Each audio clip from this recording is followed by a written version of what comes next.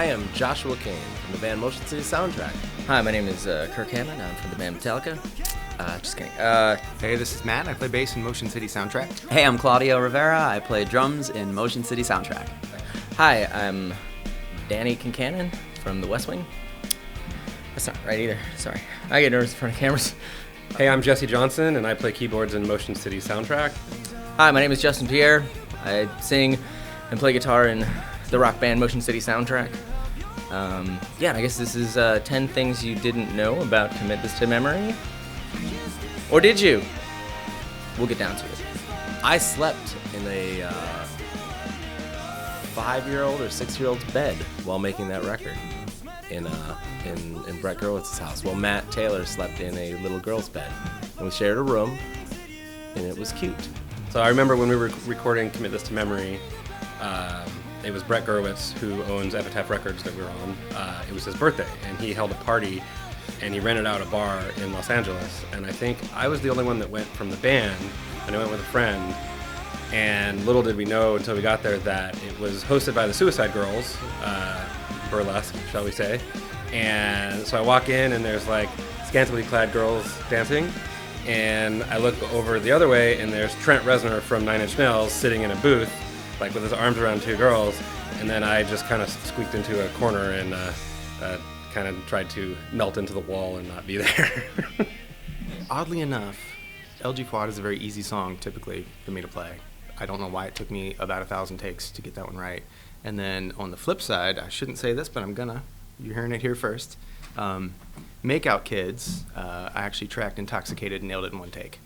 And that was not on purpose. We went to some fundraiser that Mark and Blink-182 were doing, and he invited us, and we thought we were going to be off for the rest of the night. But he's like, well, we got time. Let's go back and do some more work. I was like, can we not please do that? And then we did, and I knocked it out of the park. And that's the one thing I feel like I can brag about that, because I don't do that often, but it worked. Blink did a charity for the Tony Hawk Foundation. It might have been their first Tony Hawk Foundation charity. And it was like, Trent Reznor was there again. At least in my mind, the thing that I remember about Mark was that he was a fan of our band, he's a fan of our music, and he also had a lot of the same influences and liked the same music that we did. And we found that out when we were on tour with them in Europe. You know, they'd be blasting, Fugazi, Dinosaur Jr., Ned's Atomic Dustbin, just like all these, bands that we liked. And I ended up like standing in the conversation ring but not talking while all the three Blink guys were talking to Trent Reznor about remixing a song. And I'm just like, I'm very out of place here. And you're short. Trent Reznor's kind of short. What he was really good at is, I think, picking the right sounds that would work together. So if this guitar is doing this thing over here, this is the sound for it. And if this guitar is doing this thing over here, this is the sound for it. Together, they're going to be like this. And his mind is such that he can, look at all the little pieces and how they're going to come together. I don't have a mind like that. I wish that I did.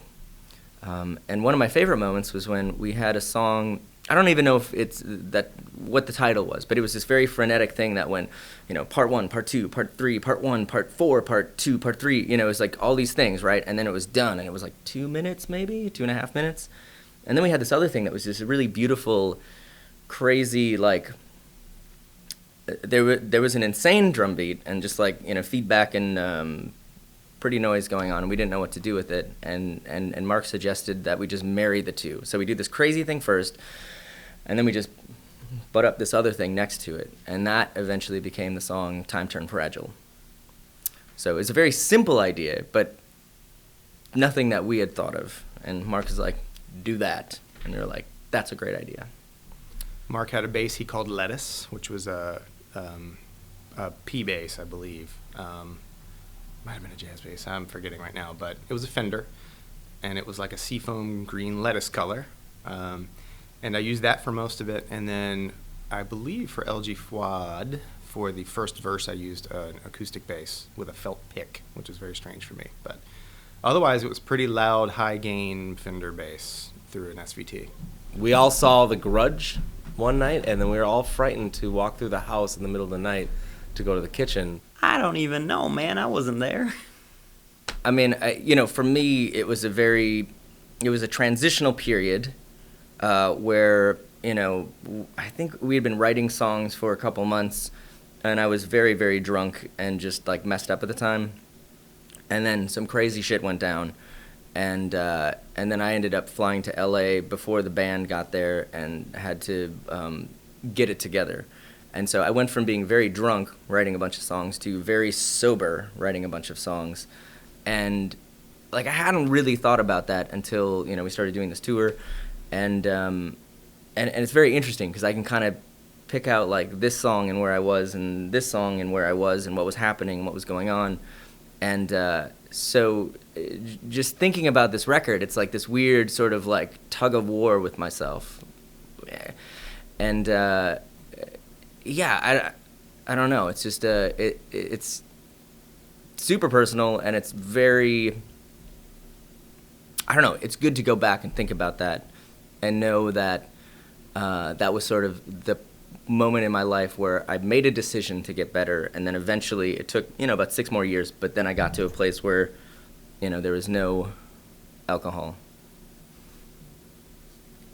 There are definitely things that we always bring up, but it's kind of hard to explain because there was this big, giant wooden table, like probably like, I don't know, 10 feet long in the living room, and there really wasn't anywhere else to sit. So we would always end up there, either if somebody was writing a part, or like for me on a keyboard, or on our computers, because it was kind of the only like social space. And there's a lot of things that happened at that table or in that room, but it's kind of hard to explain because I remember coming home late one night and everybody was cracking up because it was, I don't know if anybody remembers it, but it was like this online little video of like a car commercial. It's all serene, but then like the face pops up and it scares the crap out of you.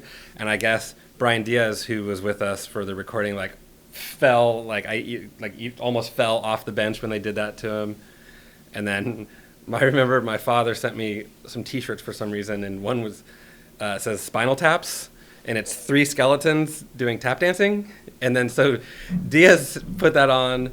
I remember when I was doing my last keyboard parts, and it was kind of like, not stressful, but it was like the end, and there was a pool right outside of where the studio was, and I was like, I finished my keyboard parts, walked out, and just fell into the pool. So I have like photos of like that time also, which was just being done and falling into the pool because the studio was super hot. It was like the room where the board was and all the equipment was tiny. Like all of us couldn't even fit it there at the same time. But because it was so tiny and all of the equipment's like radiating heat, it was so hot. So I would do my keyboard parts in the studio there and just be like sweating basically. So that was like just right in the pool to feel better. I do remember actually going to the studio when they were recording it because we were friends. We go back a long ways.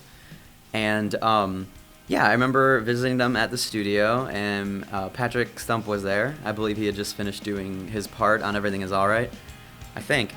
But yeah, the band I was in at the time, we went in, they sat us down in front of the control board, and they blasted Everything Is Alright at us, and it was, I just remember, like, so huge, like, and I felt so proud, and, for my buds or whatever, and I was like, man, they're gonna be gigantic after this, and they were, and I never would have thought, 10 years later, here I am, we're doing the Commit This to Memory tour, and I'm behind the kit now, and yeah, it's good times. It's a long, strange journey, and I'm happy to be a part of it.